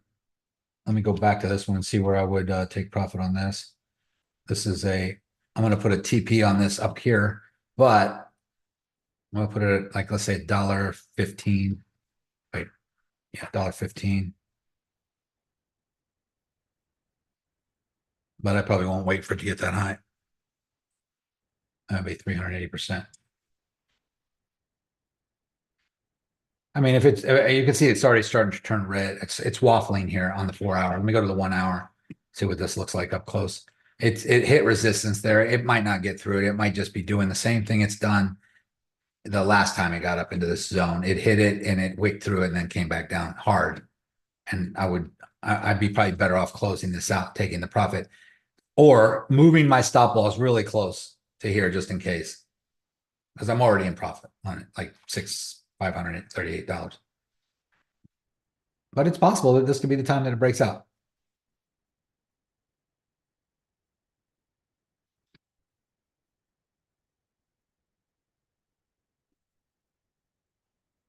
I'm not going to be watching that. I got another call coming up here in like 5 minutes, guys. And then we got onboarding at 2 p.m. Today is Monday. Bill's going to post the link if he probably already did, but just for you guys, just so you know, in the announcements channel, there it is right here, onboarding. He already posted it right here. And in the trade chat channel, he's going to post it here as well. And also in the Zoom channel.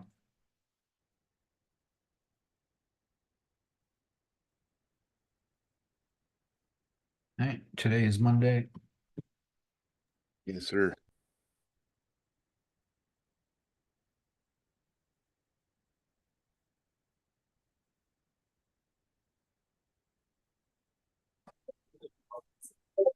Hey, Nico, sorry, I was late to the call. I know I messaged you last week about reversing a call. Can you show that real quick?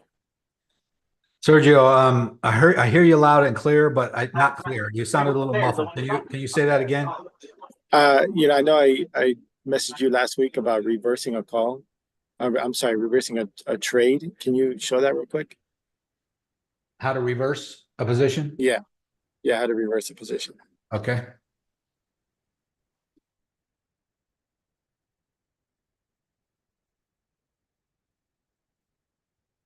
It's actually very simple, guys, but you got to be careful doing this because it doesn't keep your exact. So let's just say, I think this is the top on WIF. I think this is the top, and I think it's going to drop all the way back down. I'm in profit right now, $509. I could just come over here and click market and close this trade out 100%. See, it's already at 100%. I could close a portion of it. You can close the trade out, any portion of that trade, or just 100% closed. Or I can come over here to the little, here's my entry right here. And you see right here, there's that X, which closes the position. But right next to the X, there's two little lines, two little arrows. One's pointing up, one pointing down. If you hover your mouse on it, you'll see it says reverse position. If I click on that, it's going to give me a little box that pops up asking me if I really want to do this. And if I click yes, what happens is that it will immediately close out this long at whatever profit I'm at, and it will immediately place a short at whatever the current price is with the exact same parameters that I had. But what will not be there anymore is my TP and my stop loss because I'm changing direction. So I would have to go back in and enter a new stop loss and a new take profit because now it's going the opposite direction. So my stop loss would have to be above it, not below it. And TP would have to be below it, not above it. Does that make sense? Did that Yeah, that makes sense. You would basically have to do that immediately, right? Put a new stop loss and take Well, profit. yeah, the purpose of the reversal is to reverse the position immediately. Like if you know you want to change positions, that's the quickest way to do it. But then you can take your time and go put a new stop loss and take profit in. But I normally would do a stop loss very quickly. Take profit, not so important. Stop loss, you want to get in relatively quickly. And as soon as you reverse that position, you just come down here and come over to TPSL and click the little pencil. And then you would go in and put your stop loss, whatever percentage away you want it, 10%, 20%, or whatever price you want it. Click confirm. TP, not as important, guys, because TP is a long way away. It's before it gets to your TP. You got time to think about where you want your TP. Plus, if you're watching, you don't even need a TP. You can just close that trade out and profit anytime you want. But a stop loss is important because you want to prevent it from going against you too far. So the liquidation number would change also, right? That's correct. Your liquidation would no longer be below. It would be somewhere above if you're shorting. If you're reversing from a long to a short. If you're reversing from a short to a long, your liquidation would flip to the other side. I'm going to go ahead and close this trade out on WIF because it looks to me like it's hitting some resistance here on the lower time frame. Let's see, where am I at? I'm on the hourly. I'm just going to close it out and take the $500. And I'll just come over here to market order. In fact, I'm not even going to do that. I could just hit market order, but what I'm going to do is I'm going to move my stop loss really close to the current price and just let it hit. Because that would be a limit conditional order and the fee is actually less.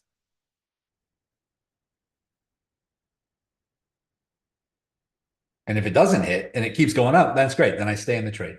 But I move my stop loss really close to allow it to hit and take me out with a good profit, $500.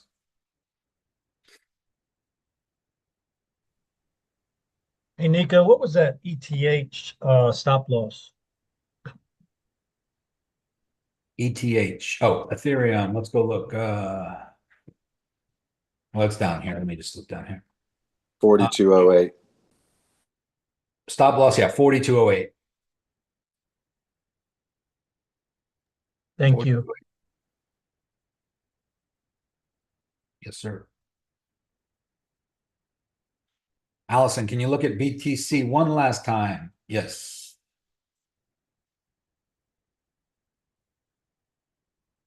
Cheryl asked, where do you see the fees on the screen? Right down here, guys. Realized P&L. I'm already negative $4 on that trade, negative $3 on that trade, negative almost $5 on that trade.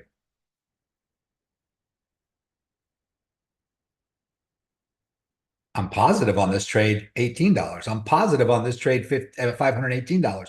But if I close it out, it's going to minus out this fee already built in, already baked in. That's why when you close a trade out, it's not the exact amount of profit you thought it was. Like right here, oh, if I close this out, I should make $498. And then you look and it's 466 or 478 or whatever. There's several factors there. Once you have slippage and you also have the fees that get deducted out.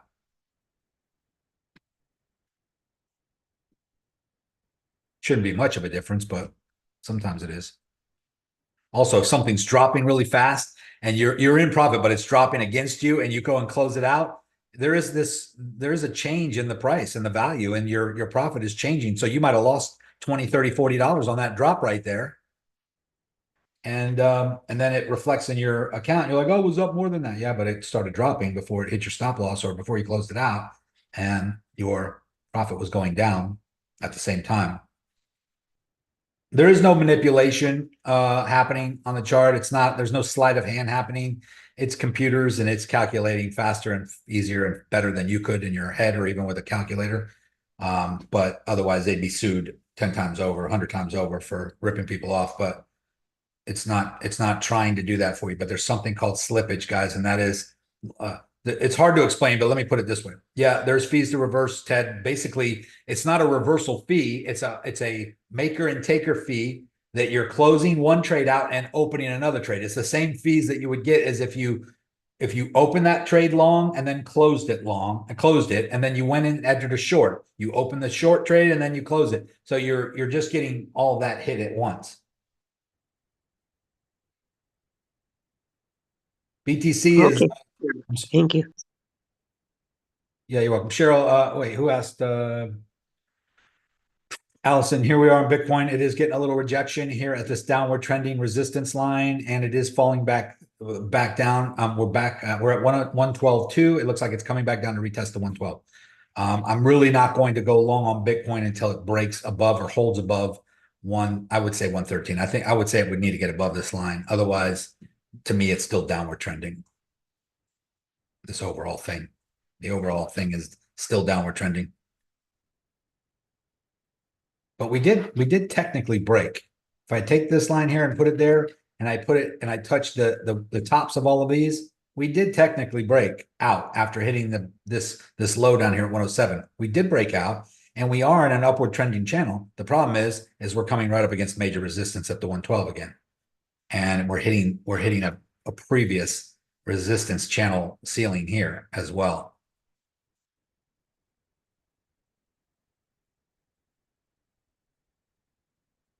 All right, guys, if you're new, get on the onboarding call starting in 10 minutes. Right now, it's just a little slow action happening in crypto. We are on the verge of something big happening. I will tell you that. I feel it either to the upside or the downside, but we are on the verge of something happening, and hopefully to the upside, because there is a lot of catalysts happening. There's a lot of things going on. I think that there's some dates. I think September 7th, which was yesterday, was a big date for something in crypto. I think it was for XRP. There's some more this month. And I think that, we got 3 or 4 months left until the end of the year. This is still the bull market. We still are upward trending, but we are also doing some weird things. We flipped the EMA ribbons to the downside. That's bearish. Let me go back and look real quick over here. Let me see here. I got crazy stuff in my news feed here. Let's go back to here.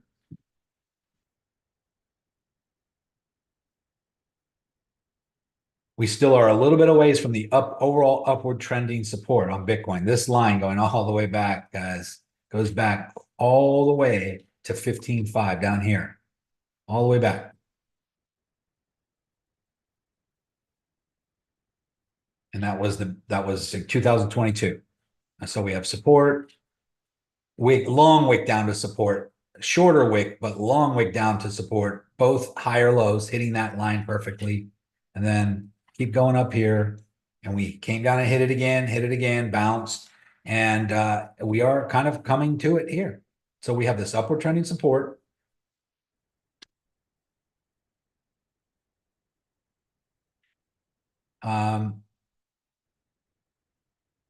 We have a falling wedge. We broke out to the upside. We're up against resistance, which is this red line at 112. But we also are flipped underneath the AMA ribbon, bearish. And generally speaking, when we get under that, I mean, let's just look at history. We've gotten down to the bottom of it before and pulled ourselves back out. Wick down below it, came right back up. But when we get under it and it flips, meaning we're under it and retesting underneath it, it's generally not a good thing, usually. Here, we went all the way to the bottom of it, came right back up. All the way underneath it, came right back up, stayed on top. Went down all the way to the bottom of it here, retested the 112, bounced, came all the way up to new high, flipped underneath it here, retesting, resistance. We're underneath it. There's no question. It's not even up for debate. But we are trying to get it back above it. And yes, it could flip back over, but right now it's not. And it also happens to be right at the 112 resistance. So stay tuned for that. So until we get above that, it really does need to, guys. It needs to get above, I would say 113, 113.5 and hold on the daily for me to think we're out of the woods. That would be a flip back to positive on the EMA to get back above it. But we're still way above also this upward trending support. So even if we drop really low, all we might do is come down and test the 107 or maybe even the 100 where I had that original circle right here. Maybe even come down to the 104, boom, and bounce. That would be great if that happened. That would be a great buying entry point, a great long position point on that. And that could be the final push to the upside and breaking new all-time highs. Unless we flip the MA ribbon right now. So if you're bearish in Bitcoin right now, and most markets tend to follow Bitcoin, is there why would you open two longs in Ethereum and XRP? Because they could be, Bitcoin might be losing its dominance, and XRP and Ethereum are bullish right now. They're doing bullish things. They're breaking resistance, whereas Bitcoin is not. Let's go back and look. Bitcoin is kind of having a problem getting it back above 112, but XRP and, well, they may not be either right now. They might be having the same problem. But let's go look.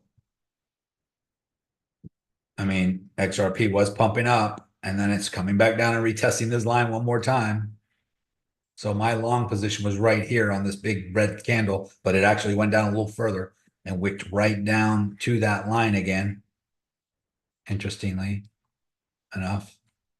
So now I'm a little negative. It would have to get back above that, but I will be happy to close this trade out on XRP if it breaks this support, upward trending support, but it hasn't done that in quite some time.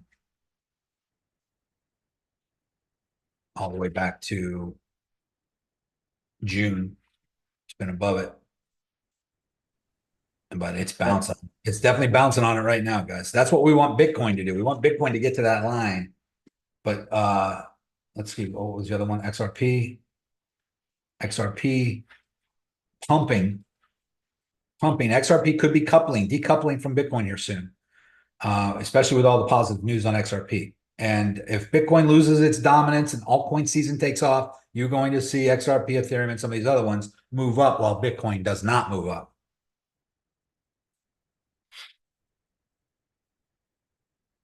right now, XRP is holding above major support and resistance right here at the $2.96 range. It is holding right now. Is it going to continue? No. I mean, I don't know. As of right now, I went long just in case. I'm still in I'm still in WIF. It never closed me out when I moved my stop loss. Let's go back and look what's going on. Look how close it is. Still there. So on Ethereum and XRP, I am in with tight stop losses pretty much in case we're wrong. I'm not in a Bitcoin trade because Bitcoin is the tide that kind of rises all boats, and Bitcoin dumps, then those two will probably dump a little bit too, to be honest. So how long have you been in WIF? Just since last night. I thought it was World Liberty Finance. So you got an extra good trade in. I got a trade. Yeah, I thought it was WLFI, but it was just WIF. But I thought it was the lowercase l. I was looking at my phone when I did it. It was about to go to bed, and I didn't give a signal for it because it was very risky. Because I just thought it was WLF. I thought it was World Liberty, and World Liberty doesn't really know what it's doing yet. But it looked like it was breaking out, so I just went long. And then today on this call, I was just basically brought to my attention that it wasn't even World Liberty Finance that I got in on. It was a WIF, which I don't even know what it is, but it just so happened to, I think what I did is I typed in W on my phone and it pulled up WIF. And for whatever reason, I glanced and I figured that must be World Liberty because that's what popped up at the top of my search. So I just clicked on it. I saw what it was doing here, bouncing off this line, getting back into this downward trending channel. And I just went long. And luckily, when I woke up this morning, I was up $500 on it, but it looks like it's hitting some resistance here, and it's probably going to take me out right now. In fact, 423. Normally, I would close that trade out and just take the fee, but I'm going to let it hit my stop loss right now. Any minute now, it's going to close this out.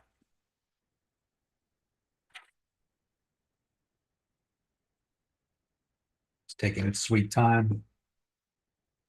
And see how close it really is. Yeah, it's right on my line right now. It's wicking right through it.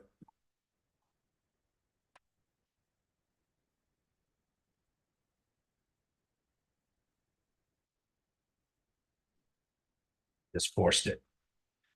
So I think we're going to drop now from there. That will probably be a good short, but I'm not even going to mess with it right now because I got another call I got to get on. All right, guys. Stay tuned in the channel. Stay tuned in the chat. I'm still in ETH and XRP. They're both a tiny bit negative right now, but that could change. Bitcoin does look like it's coming back down. It did not hold at the 112 5 or whatever that is. It's falling back down to the 112. And let's just see. Let's just see if it holds here, guys. This is kind of important. It's gotta kind of stay right above this level. Otherwise, we could come right back down to the bottom of this upward trending channel. But we got a ways to go before it hits the major upward trending support resistance support. Hold on a second. I can't even talk. Let me just go up here. That's BTC margin, coin margin. Let's go to this line right here. This long running upward trending support line is still a ways away. We're way up here right now, trying to get through that 112. We're actually above it, and we're coming back down. If I go to a lower time frame, you'll see that clearly.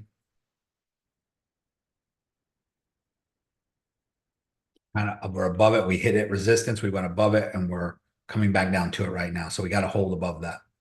Otherwise, if we do break through that, we still got a ways to go before this potential upward trending support gets hit. And it could be sooner. It could be way over here later. It could be way up here 111 when it hits and then bounces up. I only have this circle here because we were in the downward trending channel for a while, and we did kind of break out of that here. So this may be invalidated. We may not come down that low anymore. All right, guys, stay tuned. Have a great rest of your day. Get on the onboarding if you're new. I'm definitely paying attention today, and I will let you know what I see. If I think that we're going to climb above 113 on Bitcoin, you're going to see XRP, Ethereum, and everything start to pump. And it is the beginning of the week, and we could see something like that happen. If we can't get above 113 and 112, hold above 112 and get above 113 on Bitcoin, then some of these other ones might just come down as well. All right, guys. Thanks for all your support. Thanks for everything. I'm going to go through your messages. I know some of you said you sent me a DM. I'm going to check everything out. I appreciate you. If you have any questions for me, just ask it in the main chat. Tag me or Chad. And otherwise, I will see you on the next live call. And I will put this live call in on the Facebook group now.